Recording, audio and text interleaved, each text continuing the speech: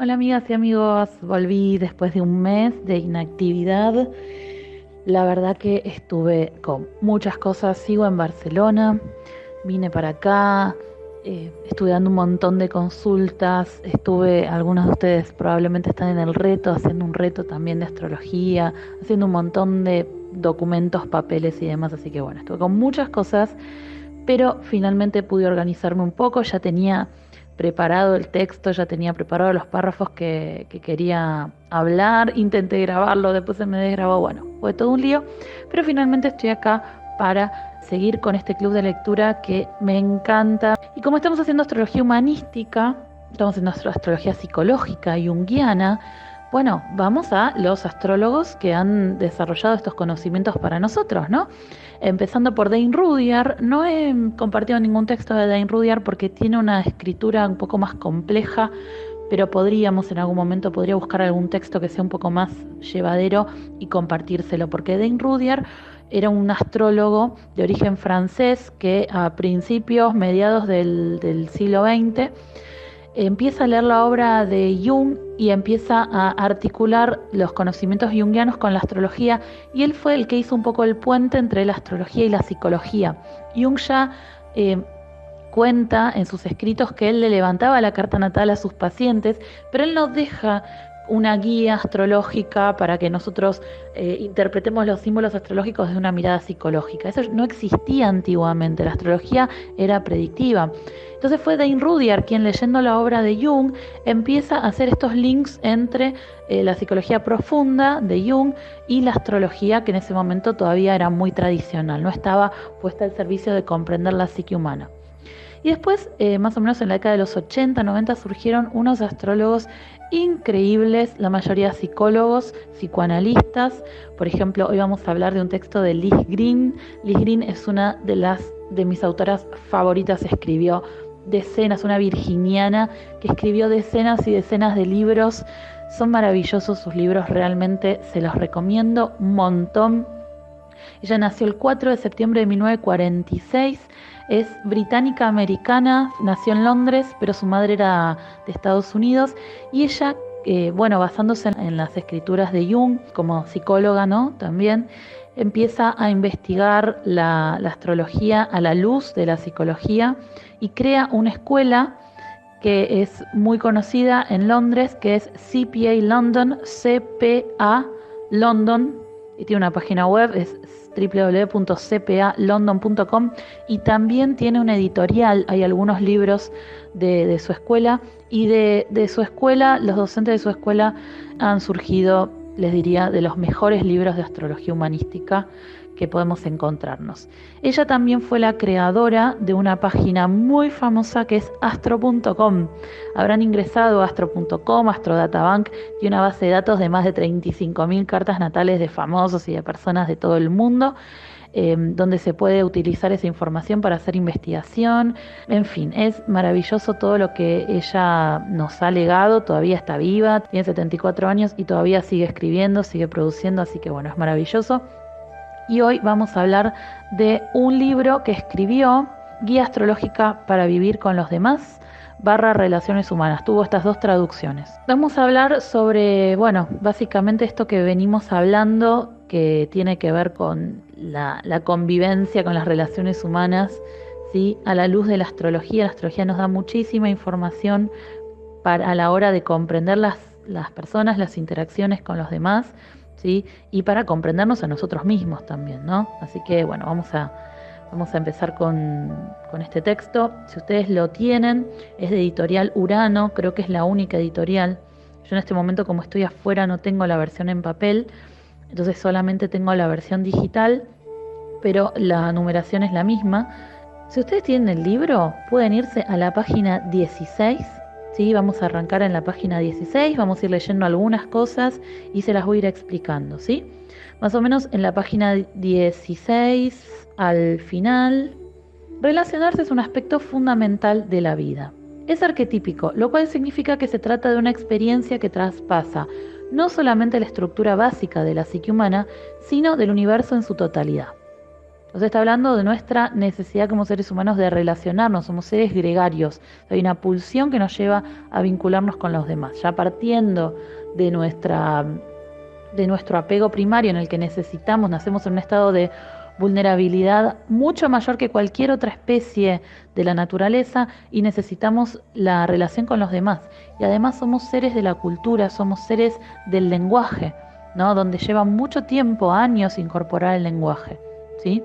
Cosa que en los animales no tiene esta complejidad porque no hay una psique con la complejidad y profundidad que tenemos nosotros, no hay un neocórtex, que es la parte humana, que es la parte más evolucionada del cerebro, ¿no? Que es la que incorpora el lenguaje, la memoria y demás. Entonces tenemos diferencias ya estructurales de nuestro cerebro y de nuestra psique que nos diferencian de los animales, ¿no? Entonces dice, bueno, es un aspecto fundamental de la vida humana. Vamos a la página 17. Dice, parecería que en este momento de la historia estuviéramos experimentando otro Zeitgeist.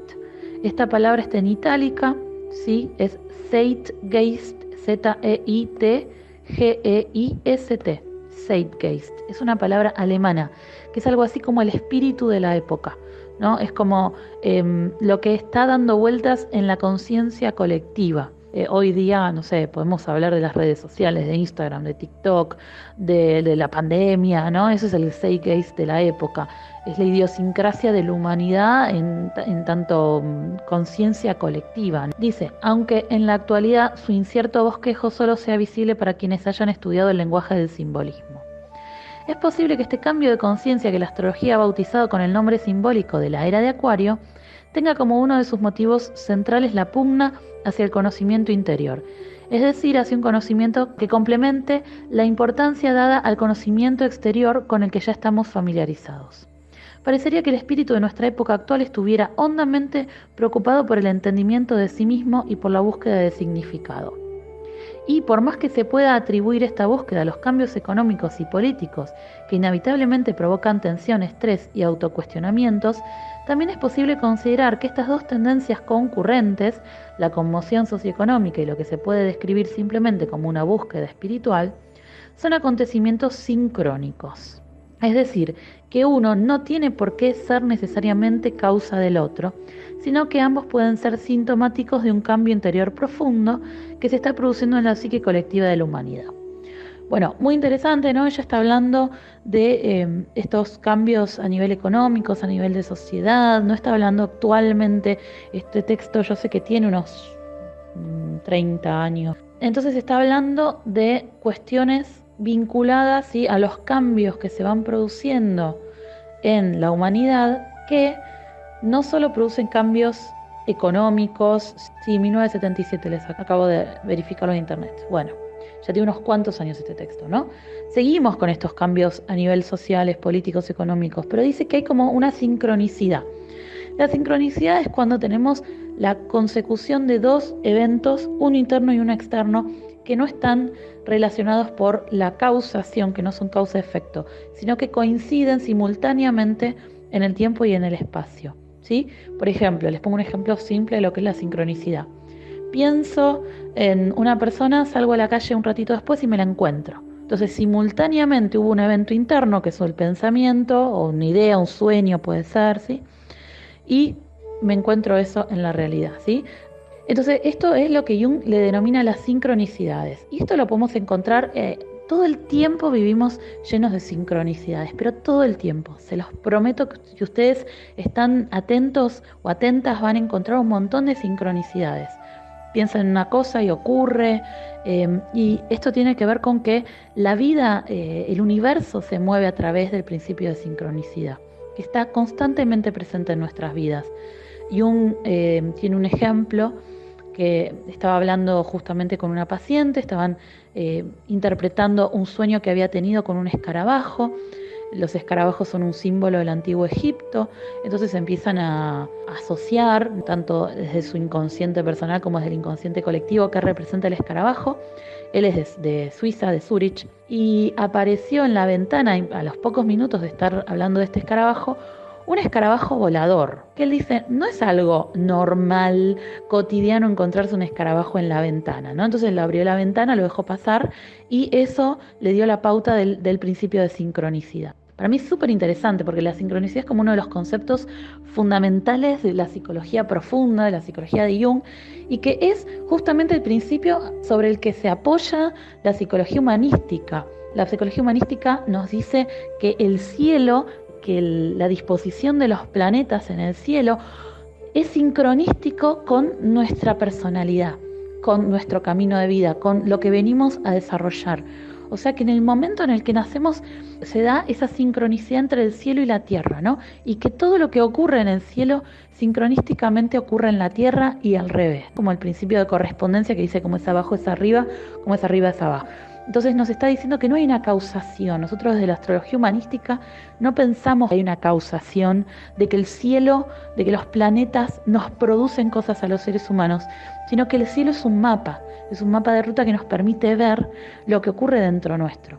Así que el principio de sincronicidad es clave, al menos para los que hacemos astrología humanística, ¿no? Una astrología predictiva capaz no hay que entrar en estos terrenos tan a veces embarrosos, ¿no? Complejos, porque la astrología predictiva básicamente lo que busca es predecir eventos y anticiparse a lo que va a ocurrir.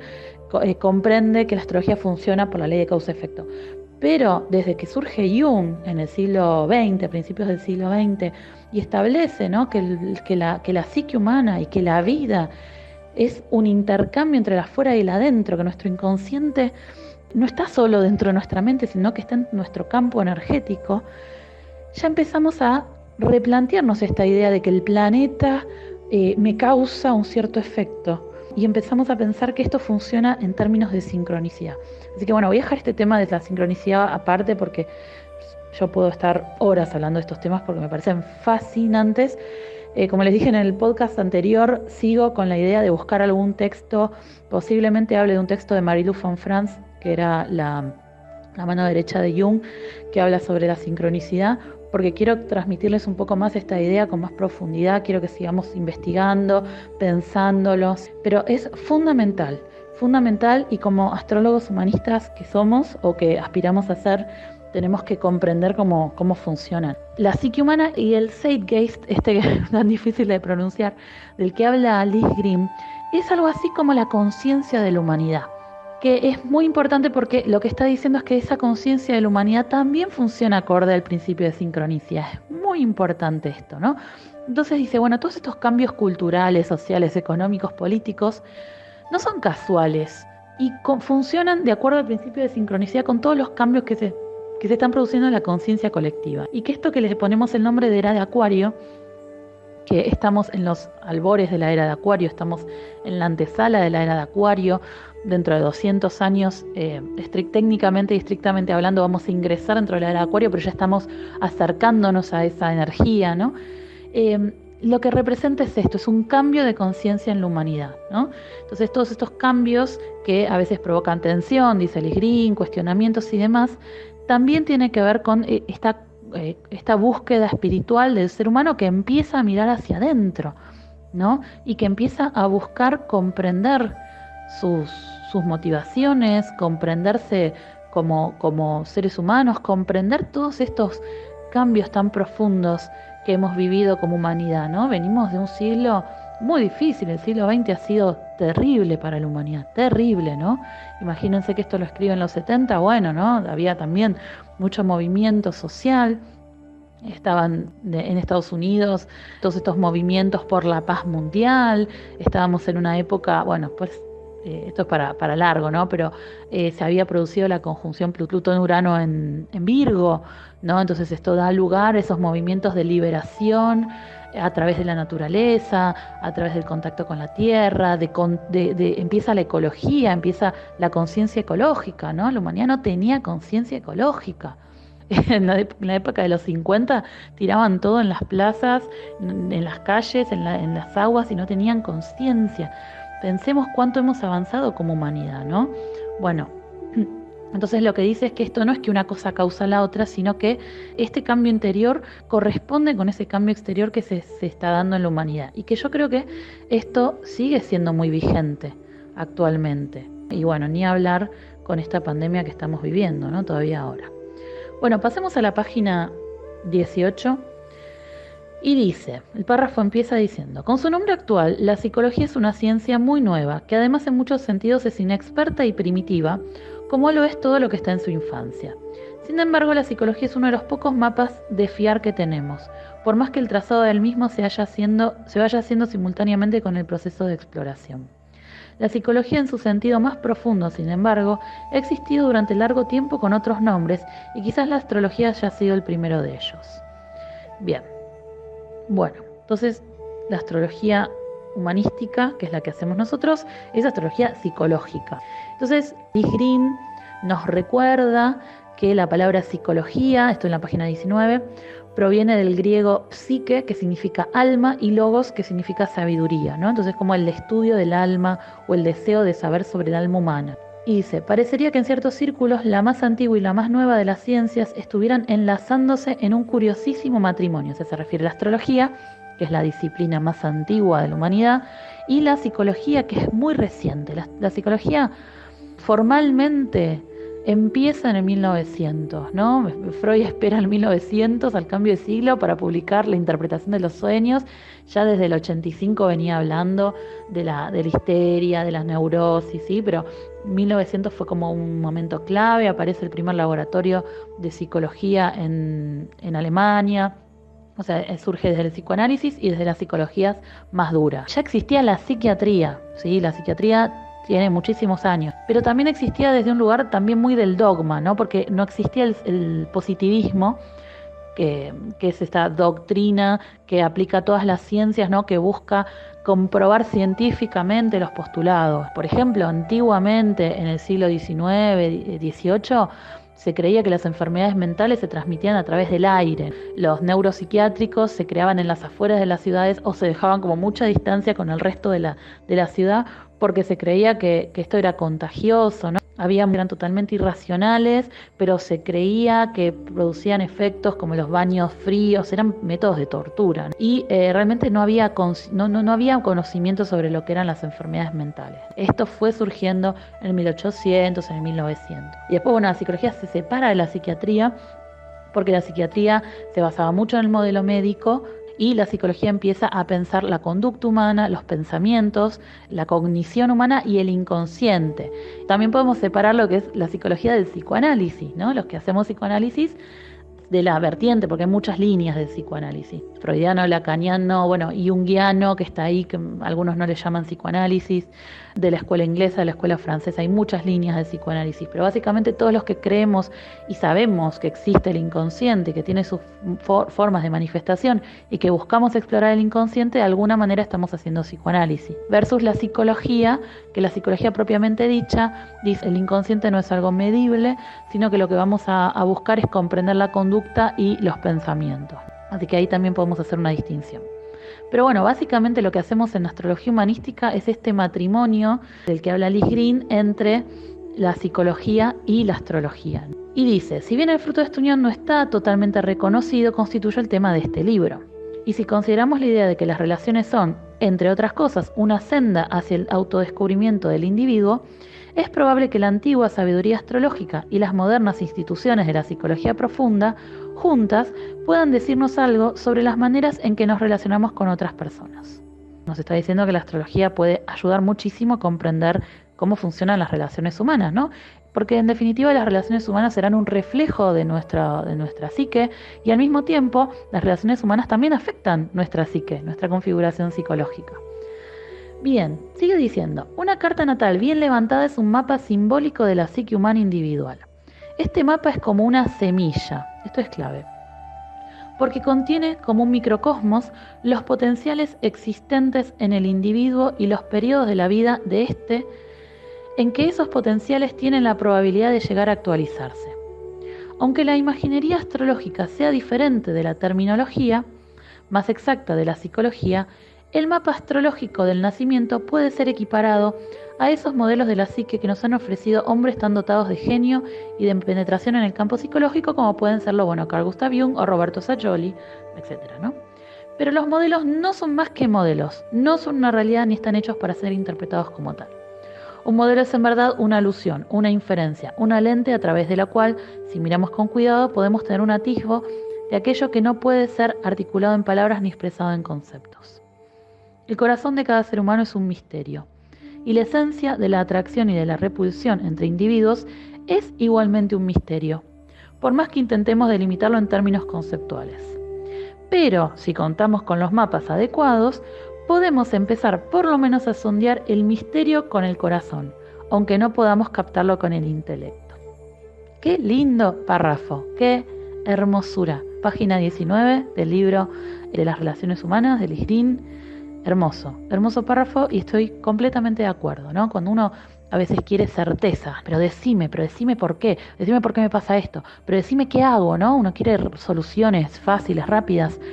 Nos estamos olvidando, y que acá me parece que Lis Green, como buena virginiana, entiende que hay algo, que somos un sistema, ¿no? Que si recortamos un elemento de ese sistema, nos va a faltar el resto, ¿no? Y donde recuerden que Virgo tiene en su inconsciente a Piscis, como el yin y el yang. Vieron que tenemos una parte blanca que tiene un puntito negro. Bueno, dentro de Virgo hay un puntito de Piscis, hay muy en lo profundo una sensación de, hay un misterio insondable del universo. Virgo quisiera poder explicar esos misterios, pero en el fondo sabe que va a haber un punto siempre imposible de explicar. Acá lo que Lis Green nos está diciendo básicamente es que el mapa astrológico es una semilla, esto es clave, contiene un microcosmos, y que nos va a decir los potenciales que como individuos podemos desplegar, potenciales, ¿sí? No siempre se despliegan todos estos potenciales, y además tiene los periodos de la vida en los que estos potenciales tienen la probabilidad de actualizarse. Por eso, cuando yo enseño mis formaciones de astropsicológica, digo, si ustedes quieren empezar a hacer cartas natales después de terminar el nivel 1, el nivel 2, perfecto, háganlo, pero les va a faltar un gran componente, que es el momento en el que esos potenciales se van a actualizar. Ortega y Gasset dice, el ser humano es uno con sus circunstancias, ¿sí? No podemos dejar afuera el momento que la persona está viviendo, que va a ser completamente distinto si está pasando por el trígono de Plutón, que si está pasando con la cuadratura de Plutón, que si está pasando por la oposición de Saturno o por el retorno de Saturno, donde esos potenciales van a estar actualizándose, tales o no, o hay ciertos potenciales que pueden estar más dormidos, o hay ciertos momentos de mayor confusión, o ciertos ciclos vitales donde hay una revolución uraniana, ¿no? Como la crisis de la mitad de la vida, donde como astrólogos tenemos que poder comprender y acompañar esos procesos. Y como siempre, con mucha humildad, comprendiendo que los seres humanos somos un misterio, ¿no? Que esto no es una realidad absoluta. Bien, sigamos un poquitito más. Yo tengo algunos recortes más que me parecieron interesantes. Nos vamos a saltear algunas páginas y vamos a ir a la página 23. Página 23 dice, al margen de todo lo que se pueda decir sobre las teorías freudianas del inconsciente, no podemos eludir el hecho de que el hombre o el ser humano contiene en su psique mucho más de lo que es accesible a las limitaciones de su percepción consciente.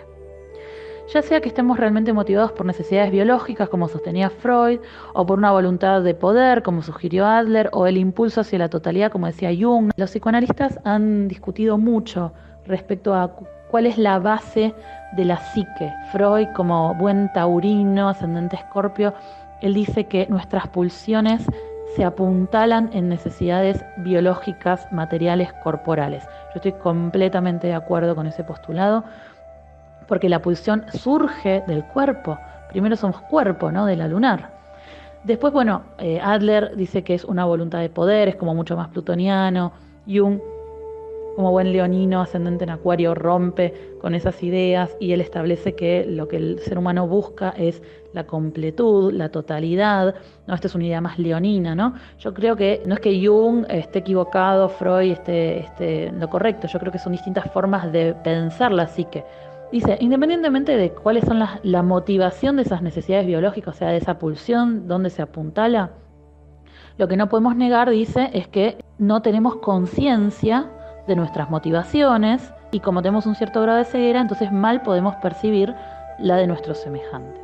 O sea, básicamente Lis Green está diciendo, nos paremos desde cualquier constructo teórico psicoanalítico, siempre van a haber cuestiones que son inconscientes, siempre van a haber motivaciones inconscientes, no podemos tener certeza de qué es lo que deseamos, de dónde surgen estas necesidades y qué es lo que necesita el otro y qué es lo que lo motiva al otro. Entonces ya de por sí tenemos una ceguera con nuestro propio inconsciente. Imagínense cuando nuestro inconsciente entra en diálogo con el inconsciente del otro. Y dice, los conceptos de consciente y de inconsciente son difíciles de explicar porque se trata de energías vivientes que, a diferencia de los órganos del cuerpo físico, no se prestan a la categorización. No obstante, la psique humana contiene un vasto campo de material oculto que, por lo general, solo es comunicable a través de los canales con los que ordinariamente se pasa por alto o se los rechaza. O sea, nos está diciendo que el inconsciente, si bien está oculto, justamente está reprimido, pero tiene ciertos canales de comunicación, ¿no? Esto es lo que dice las formaciones del inconsciente de las que hablaba Freud. Los sueños, los fallidos, los síntomas, todas las formas que tiene el inconsciente de manifestarse. Los lapsus, ¿sí? Entonces dice, la mayoría de las personas no entienden sus sueños y es frecuente que no hagan el menor esfuerzo por recordarlos o que los consideren un puro disparate. A las fantasías se las considera infantiles a menos que sean eróticas y en este caso se las tacha de pecaminosas. Los estallidos emocionales se sienten como algo embarazoso, ¿no? Esto es como más junguiano, esta idea de la sombra que a veces aparece, emerge cuando perdemos el control, ¿no? Cuando colapsamos y emerge eso que estaba ahí reprimido, guardado, bien, una idea bien plutoniana. Si nos atenemos al tema de las relaciones, quizás el de proyección sea el mecanismo más importante que poseemos y el que nos permite atisbar el interior de la psique. Tenemos que entender que este inconsciente está constituido por pulsiones que están en la mayor parte reprimidas, aunque en algunos casos pueden superar las barreras de la represión y aparecer disfrazadas, enmascaradas de otras cosas a través de, por ejemplo, sueños, síntomas, etc. Pero lo que dice es que en las relaciones tenemos que considerar que uno de los mecanismos de defensa más utilizados por nuestra psique es la proyección, que el que habló mucho de las proyecciones fue Jung. Jung en casi todos sus textos menciona la cuestión de las proyecciones, ¿sí? Y dice, bueno, es un término que solemos usar en el cine, pero nos puede ayudar esa idea a comprender el sentido psicológico. Dice, cuando vemos una imagen proyectada sobre una pantalla y la miramos, reaccionamos ante ella ya me pasé a la página 24, en vez de examinar la película o la diapositiva que hay dentro del proyector y que es la verdadera fuente de la imagen. Tampoco miramos primero la luz que hay dentro del proyector y que para empezar es la que nos posibilita la visión de aquella. Cuando una persona proyecta sobre otra alguna cualidad inconsciente que existe dentro de sí misma, reacciona ante la proyección como si perteneciera al otro. O sea, nosotros proyectamos en los demás, podemos proyectar potenciales que están dormidos, o sea, proyectamos nuestra sombra y dentro de nuestra sombra pueden haber partes que nosotros rechacemos de nosotros mismos, ¿sí? O también partes que nosotros tenemos guardados, que creemos que no somos y que le proyectamos al otro, entonces podemos admirar al otro, ¿sí? Ojo que también podemos proyectar talentos que tenemos dormidos y que quisiéramos despertar, así que no es todo negativo lo que proyectamos. Cuando una persona proyecta sobre otra alguna cualidad inconsciente que existe dentro de sí misma, reacciona ante la proyección como si perteneciera al otro. No se le ocurre mirar hacia el interior de su propia psique en busca de su fuente. Entonces tratará a la proyección como si existiera fuera de sí, y su impacto le movilizará generalmente una gran carga emocional, porque ante lo que se encuentra es, en realidad, ante su propio inconsciente. Lo que dice es que cuando proyectamos, estamos proyectando lo que está en nuestro inconsciente. Sobre este tema de la proyección, yo hice un montón de podcasts, ¿sí? Hice uno sobre la sombra.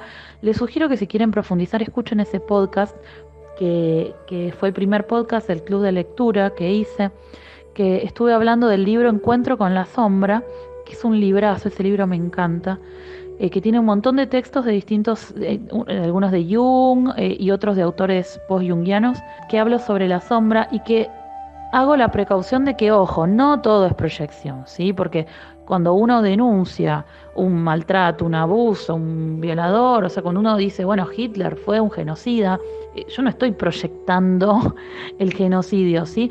Lo que quiere decir es que cuando las proyecciones se producen cuando lo que uno le ve al otro es como excesivo, ¿no? Hay como un punto de no me banco a esta persona, pero no hay una razón objetiva de por qué la persona no se banca a esa otra persona o la tiene entre cejas. Hay un componente excesivamente emocional, una carga muy grande puesta sobre esa persona. O al revés, ¿no? Idealizo muchísimo una persona. Bueno, pero es una carga excesiva. Entonces ahí puede estar operando la proyección. Bien. Este sencillísimo mecanismo funciona cada vez que ante otra persona tenemos alguna reacción emocional irracional, acá lo explica, ¿no? Alguna reacción emocional irracional o de tintes muy subidos, ya sea positiva o negativa. Reintroyectar estas cualidades inconscientes, reconocerlas y reincorporarlas a nosotros mismos para así poder percibir los inciertos límites de la identidad del otro es la labor de una vida entera. O sea que es fundamental, ¿no? Porque si estamos planteando de que las relaciones humanas son necesarias, están en nuestra constitución básica, pero cuando yo me relaciono con el otro pueden aparecer proyecciones y donde puedo irracionalmente ponerle al otro rasgos que son míos propios, entonces ya encontramos una cierta dificultad en las relaciones humanas.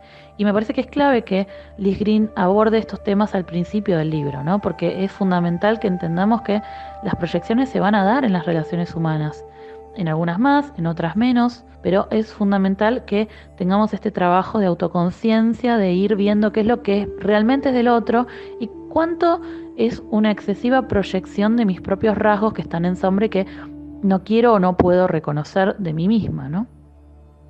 Por eso dice que es necesario reintroyectar estas cualidades.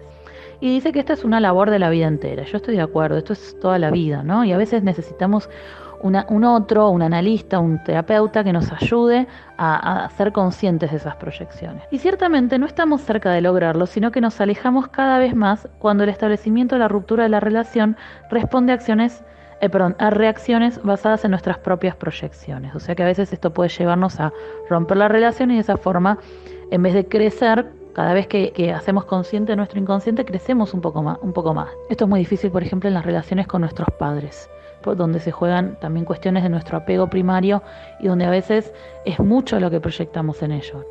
Entonces es un gran trabajo de ir a ver cuánto realmente nuestros padres tienen estos rasgos y cuánto es nuestro niño interior que está ahí reclamando atención, cuidados, no son heridas de nuestra infancia.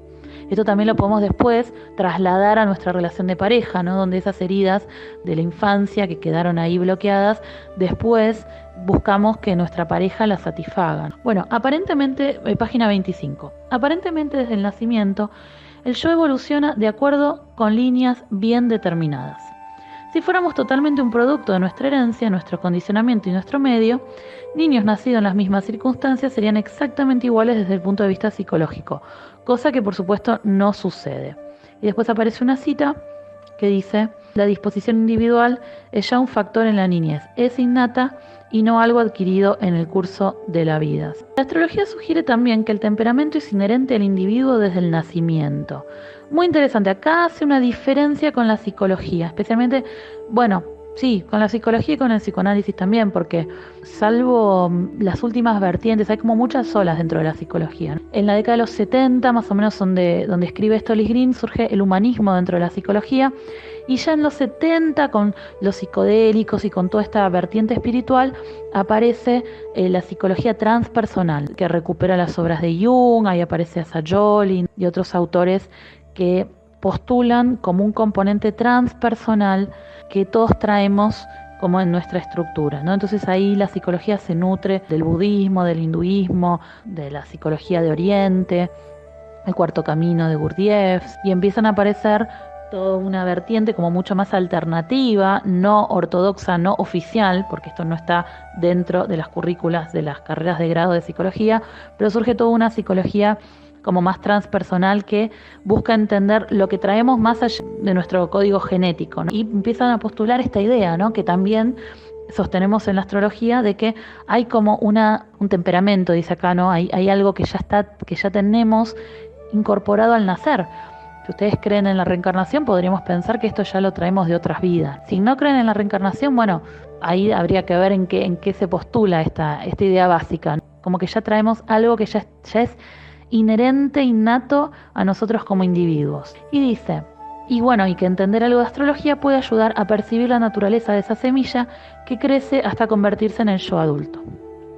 La astrología no solo puede hablarnos del yo que conocemos, sino también de ese que no conocemos. Tenemos que entender que nuestra carta natal no es algo que está siempre 100% activo, porque si no seríamos iguales cuando nacemos al año, a los 3 años, que a los 80 años. Uno va cambiando. ¿Y por qué va cambiando? ¿Que esos cambios no estaban en nuestra carta natal? Sí, lo que uno va haciendo es despertando ciertas partes de la carta que estaban en sombra, otras se van como alivianando, si estábamos muy identificados en el fuego, en Marte, en el Sol, capaz había otros aspectos más venusinos que no teníamos tan incorporados, de repente con un tránsito de Neptuno nuestra Venus empieza a activar ese lado más sensible, y empezamos a reconocernos de una manera distinta a como creíamos que éramos, ¿no? Y va cambiando nuestra autoimagen.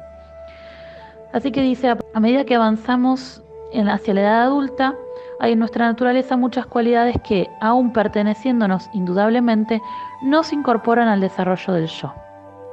Son cosas a las que se les debe permitir que vivan, pero que quizás sean inaceptables para los padres o contradigan las doctrinas religiosas. O sea, esto es lo que va configurando nuestra sombra, ¿no? Si tenemos impulsos, instintos, tendencias, intereses, deseos, que mamá y papá, o la cultura, o la religión a la que pertenecemos, o la escuela, o nuestros abuelitos, quien sea, empiezan a clasificar como inadecuado, y pongámosle que ustedes son mujeres recontra leoninas con una luna en Aries y que tienen ahí como un impulso y como con dominantes y que son fuertes, pero mamá y papá o mamá te dicen, no, las señoritas cruzan las piernas, ¿no? Estas cosas que nos dicen a las mujeres. Y las señoritas tienen que ser limpias, no sé, te ponen un vestidito blanco y vos lo que querés es subirte al árbol y tirarte como Tarzán, porque tenés un montón de fuego en tu carta natal, pero mamá te pone las sandalias y el vestidito blanco y te dice que no te ensucies, y a tu hermano capaz le da vía libre para ser más salvaje, porque así somos socializados hombres y mujeres de forma diferencial. Entonces de repente todo ese fuego que es innato a tu naturaleza queda socavado, queda reprimido. Y así es como partes de nuestras cartas se van atrofiando, pasan a nuestras sombras y otras partes se empiezan a destacar mucho más. Esto puede ser en base a nuestro sexo biológico, en base a nuestras creencias las creencias religiosas de nuestro hogar, en base a la crianza que tuvimos, en base a las creencias de mamá y papá, en base a la escuela en la que nos llevaron, ¿no? Y demás. Lo que va ocurriendo es que algunas partes nuestras son inaceptables, son inadecuadas y quedan en sombra. Entonces hay ciertas partes de nuestra carta que se van desplegando y otras que quedan dormidas. Algunas de estas cualidades rechazadas pueden ser negativas en el sentido de que sean destructivas. Algunas pueden ser positivas e incluso ser de mucho valor individual y socialmente, que lo que el yo ha hecho de sí mismo. De hecho, y sin darse cuenta de qué es lo que está haciendo, un individuo puede valorar la mediocridad y sofocar el crecimiento de los gérmenes de originalidad y creatividad que lleva dentro de sí. Imagínense una persona muy uraniana, muy acuariana, con mucho aire, que sea hipercreativo, pero que nace en una familia que le tiene mucho miedo al cambio, a lo nuevo, a la creatividad, una familia más saturnina, más estructurada, hiperconservadora. Entonces toda esa parte creativa uno empieza a valorarla como negativo. Esto no está bien, esto es bueno, esto es peligroso. Eso queda como bloqueado y se despliega mucho más otras partes de nuestra carta natal, que todos tenemos Saturno en algún lugar, algo de tierra, entonces toda nuestra naturaleza más creativa queda sofocada. Y dice, bueno, que sus cualidades más sobresalientes quedan relegadas al inconsciente. Todas estas cosas serán entonces proyectadas sobre un objeto adecuado, o sea, todo aquello que somos, pero no reconocemos que somos, lo vamos a proyectar en alguna persona o en alguna circunstancia o en algún objeto de nuestro entorno. No solamente los individuos son susceptibles de convertirse en objeto de proyecciones, puede ser una organización, una nación, una ideología o un tipo racial lo que se convierta en foco de la proyección de nuestro lado oscuro y no reconocido. es tan probable que esté proyectando un hombre que se opone violenta y irracionalmente al capitalismo como aquel que es igualmente irracional y violento en su reacción frente al comunismo. Bueno, básicamente que podemos también proyectar, esto también lo decía Jung, ¿no? En, qué sé yo, partidos políticos, instituciones. Entonces, bueno, ciertas partes de nuestra naturaleza que fueron reprimidas, bloqueadas, negadas, rechazadas, terminamos proyectándolas en personas, en instituciones y demás. Por eso es que es tan compleja la convivencia, por eso esta es una guía para convivir con los demás, porque, bueno, básicamente el primer trabajo tenemos que hacerlo con nosotros mismos, ir hacia adentro, ir a reconocernos, ir a descubrirnos, hacernos cargo de nosotros mismos, y van a ver que todo este trabajo personal después también se va a traducir en mejores relaciones interpersonales con los demás. ¿Sí? Esto es lo que postula Liz Green. Y para esto la astrología y la carta natal es fundamental, nos da muchísima información. Especialmente para los que somos terapeutas, psicoanalistas o psicólogos, ¿sí? o terapeutas holísticos, gestalt o lo que sea, ¿no? O sea, nos da mucha información. Bueno, gente, me hablé la vida. Ay, me encanta este tema, me parece fantástico porque capaz no es tanto, bueno, a ver, Venus en Acuario, Luna en Capricornio, o sea, no es tanto el ABC de la astrología, pero sí es entender la filosofía que subyace a la astrología. Y creo que es fundamental, ¿no? Volver a la fuente, volver a los autores, volver a los textos, saber de dónde surgen las cosas. No podemos hacer astrología humanística si no conocemos la obra de Jung, ¿no? Entonces, ¿de dónde estamos hablando? ¿Por qué decimos lo que decimos? Tenemos que tener argumentos para poder fundamentar lo que decimos. Después, bueno, por supuesto son creencias, a ver, esto no es científicamente probado, por eso es que yo aclaro muchísimo, ¿no? Que la astrología o las sesiones que uno hace a través de la carta natal no reemplazan un tratamiento psicológico de ninguna manera, eso es hacer ejercicio ilegal, ¿no? La psicología, esto no es para tratar psicopatologías, esto es un camino de autodescubrimiento, de autoconocimiento. Es un camino para ampliar conciencia sobre uno mismo, para descubrirse más, y esto no es para tratamiento de los trastornos psicológicos de ninguna manera, no lo pretende ser tampoco. Esto es fundamental que podamos decir, bueno, este es nuestro bagaje conceptual desde el cual vamos a partir para el estudio de la carta natal. Si no sabemos de dónde partimos, si no tenemos los conceptos fundamentales, si no sabemos qué es la proyección, no lo podemos explicar. Entonces, ¿cómo vamos a hacer cartas natales? ¿Cómo vamos a acompañar a otros en procesos de autodescubrimiento si ni siquiera sabemos lo que estamos haciendo? Fundamental ir a leer los autores, ir a leer la obra de Jung, por eso les estoy compartiendo estos podcasts que espero que les aporten un poquito más de conocimiento, espero que aprendan un poquito más. A mí me encanta leer los autores y me encanta también poder compartirlo, ¿no? Porque yo a veces no tengo mucho tiempo entre mis formaciones, consultas, pacientes y demás. Pero bueno, esto es una excusa para también poder leer un poquito más y poder compartir, que es lo que más me gusta hacer.